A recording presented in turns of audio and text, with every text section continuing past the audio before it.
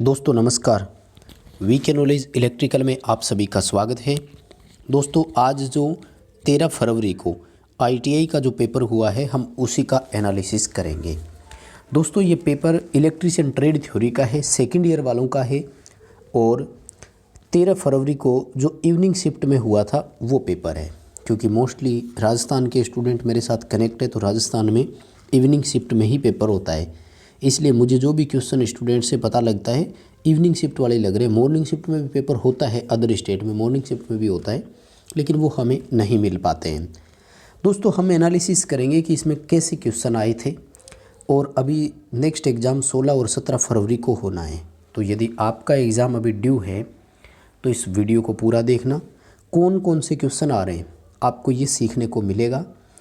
ये क्वेश्चन ऐसे हैं जो बार बार रिपीट हुए हैं, अब तक जितनी भी परीक्षाएं हुई है ना उन सब में भी आया है, इसलिए इस वीडियो को लास्ट तक देखना। इन सभी क्वेश्चन को अच्छे से रट करके जाना, क्योंकि आप सभी जानते होंगे कि आईटीआई में पेपर रिपीट होते हैं, क्वेश्चन रिपीट होते हैं, इसलिए पूरे चांसेज है कि इस पेपर में जो आए थे वो आपके पेपर में भी देखने को मिल सकते हैं।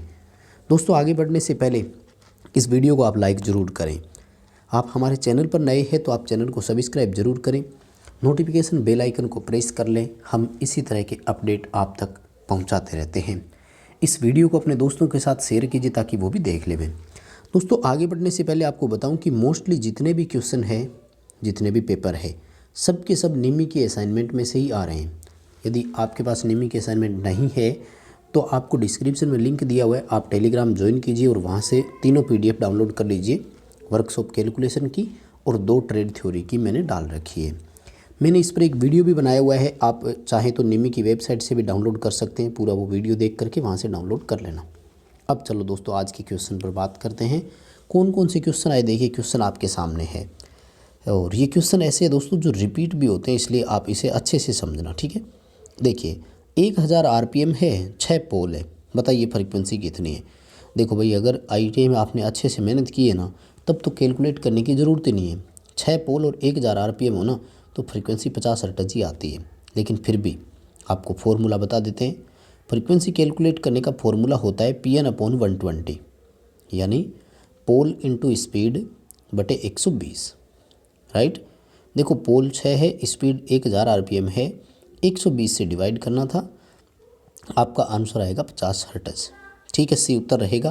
क्वेश्चन को अच्छे से पढ़ लेना दोस्तों, पहले नहीं आया था इसलिए ये क्वेश्चन रिपीट हो सकता है। आगे देखिए दोस्तों, क्वेश्चन पूछा कि टेप रिकॉर्डिंग सिस्टम यानी जो साउंड सिस्टम है उनमें हिस्टैरिसीस मोटर हम काम में लेते हैं, ऐसा क्यों। भाई सीधी सी बात है, हमें ध्वनि को रिकॉर्ड करना है।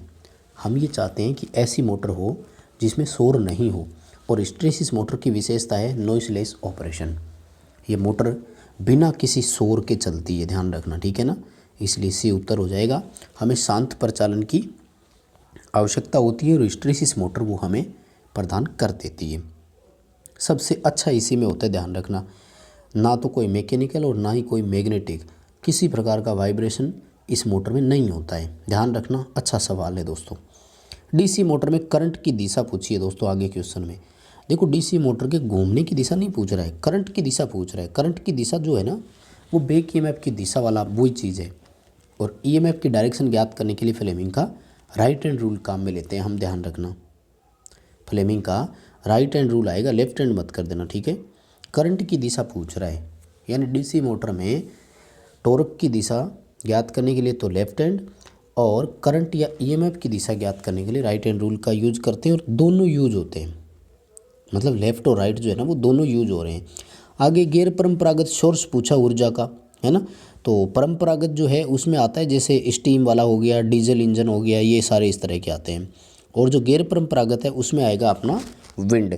वैसे तो पानी जो है ना दोस्तों उसको भी अपन परंपरागत में ही गैर परंपरागत में ही लेते हैं, लेकिन इन्होंने ऑप्शन दिया है ना तो विंड पावर यानी पवन ऊर्जा की ओर हमें ऑप्शन में जाना पड़ेगा। आगे हमारा सवाल है कि ऊर्जा का प्राकृतिक सोर्स कौन सा है। दोस्तों ये तो बहुत बार रिपीट हो गया है भाई, इस क्वेश्चन को तो अच्छे से पढ़ लेना। तो प्राकृतिक तो सूरज ही है ना, जबकि हीट, कोयला और बायोगैस ये क्या है, कृत्रिम है यानी आर्टिफिशियल है। नेचुरल सोर्स तो सन यानी सूरज ही होगा। दोस्तों ये सवाल नया है, अब जो आप स्क्रीन पर देख रहे हैं ना, रिवाइंडिंग प्रक्रिया में इसे क्या कहते हैं, यानी आर्मेचर है स्टेटर मान लीजिए, सॉरी एसी मोटर का स्टेटर, उसमें ये आपने एक बांस की फच्चर सी लगा रखी है और हैमरिंग कर रहे हैं पीछे से। तो क्या होता है कि ये स्लॉट है, स्लॉट में जब कॉइल डाल देते हैं ना तो इसके ऊपर बांस की फच्चर लगाते हैं और उसको इंग्लिश में बोलते हैं वेजेज। वेज का मतलब होता है अब इससे कॉइल क्या आएगी, बाहर नहीं आएगी, कॉइल स्लॉट से बाहर निकल करके नहीं आएगी। तो जब भी हम रिवाइंड करेंगे ना तो इस कॉइल को हटाने से पहले हमें उस वेज को हटाना ज़रूरी होता है, बांस की फच्चर को हटाना ज़रूरी है। तो इस प्रक्रिया का नाम है रिमूविंग ऑफ वेजेज। वैसे भी देखो, क्लीनिंग ऑफ स्लॉट, स्लॉट की क्लीनिंग तो बाद में होती ना जब कॉइल निकली हुई हो, अभी तो कॉइल अंदर डली हुई दिखा रहा है। रिमूविंग ऑफ वाइंडिंग, वाइंडिंग तब होता है ना जब अपन वाइंडिंग को निकाल रहे होते कॉइल को। और कटिंग ऑफ वाइंडिंग तार, भाई वाइंडिंग तार को हम काट रहे हैं ऐसा भी कुछ दिखाया नहीं है। देखिए दोस्तों आगे सवाल कि 3 फेज मोटर में वाइंडिंग का नाम क्या है जहाँ कॉइल पिच जो है वो पोल पिच से अधिक हो, ठीक है, इसमें सॉरी कम हो। ये क्वेश्चन दोस्तों इतना ही लिया है हमने, आगे लिया नहीं है और ये रिपीट हुआ है दोस्तों, हर एक पेपर में आया है, इसलिए आपके पेपर में भी मिल सकता है। अच्छे से पढ़ करके जाना अगर पास होना है तो, ठीक है। देखिए होता क्या है कि एक होती है कॉइल पिच और एक होती है पोल पिच। वाइंडिंग होती है 3 तरह की इनके अकॉर्डिंग। पोल पिच का मतलब होता है कैलकुलेशन करने से जितना आता है। यदि हम कॉइल पिच कम लेते हैं तो ये कहलाती है शॉर्ट पिच, यदि हम कॉइल पिच ज़्यादा लेते हैं तो ये कहलाती है लॉन्ग पिच, यदि बराबर लेते हैं तो ये कहलाती है फुल पिच। आगे हमारा सवाल है आर्मेचर वाइंडिंग का प्रतिरोध नापने के लिए किस उपकरण का उपयोग करते हैं। देखिए दोस्तों आर्मेचर का जो प्रतिरोध है वो 1 ओम या इससे भी कम होता है और निम्न मान का प्रतिरोध जो है वो मापने के लिए हम केल्विन ब्रिज का उपयोग करते हैं। क्वेश्चन का आंसर अपना डी हो जाएगा। दोस्तों आगे सवाल पूछा गया कि किस प्रकार के वाइंडिंग तार को सबमर्सिबल पंप मोटर की रिवाइंडिंग के लिए हम काम में लेते हैं। साधारण सा क्वेश्चन है। सबमर्सिबल वो होता है जो पानी में डूब करके मोटर जिसमें वर्क करती है। इस मोटर की वाइंडिंग के जो तार होते हैं वो पीवीसी कवर्ड होते हैं, यानी पीवीसी तार का उस पर इंसुलेशन लगा रहता है। यदि सवाल होता ना कि सबसे अधिक वाइंडिंग वायर कौन सी काम में ली जाती है, तब अपना सी उत्तर होता, सुपर इनेबल्ड कॉपर वायर आ जाता। दोस्तों आगे सवाल पूछा गया कंट्रोल पैनल में इस वायरिंग एसेसरीज का नाम क्या है। साथियों ये बहुत बार आ चुका है, हर पेपर में आया है, हर दिन आया है। डिन रेल बोलते हैं इसको। बिना किसी स्क्रू या पेंच के ओवरलोड और कॉन्टेक्टर लगाने के लिए इसका उपयोग किया जाता है।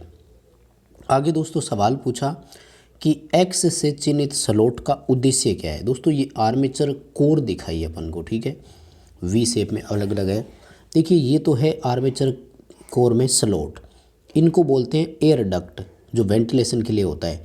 और ये है एक तरह से जो शाफ्ट में की लगती है ना, ताकि उस पर ये कोर प्रॉपर फिट हो जाए और इधर उधर से हिले ना, तो इसके लिए होता है। क्वेश्चन का आंसर ए हो जाएगा, टू फिक्स द की वे।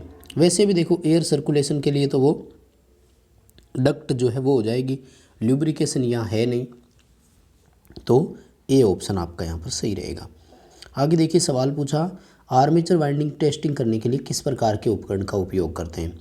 देखिए दोस्तों वैसे तो आर्मेचर टेस्टिंग के लिए हम ओमीटर और मल्टीमीटर का भी यूज़ कर सकते हैं, लेकिन जब ग्राउलर ऑप्शन हो तो ग्राउलर की ओर ही जाएंगे, क्योंकि एक ग्राउलर से अपने open circuit, ground test, continuity और अपन शॉर्ट सर्किट कॉइल की जांच भी कर सकते हैं। आगे दोस्तों सवाल पूछा गया कि वाइंडिंग मशीन के भाग एक्स को चिन्हित करें। ये वाइंडिंग वाली मशीन दिखाई है आपको और इसमें जो एक्स पार्ट है ना इसको पूछा है दोस्तों, ठीक है। तो इसको वायर फीड बोलते हैं, यानी तार को फीड करने के लिए ये लगाई है। ढंग से आप देखेंगे तो दिख जाएगा, पूरी नेमी के असाइनमेंट में से ही आ रहा है, तो आप उसमें जब पढ़ेंगे ना तो आपको पूरा समझ में आ जाएगा। और आगे ये वाइंडिंग वायर आर्मेचर टेस्टिंग वाला रिपीट हो गया क्वेश्चन, ये मेरे सिलेक्शन में हुआ गलती।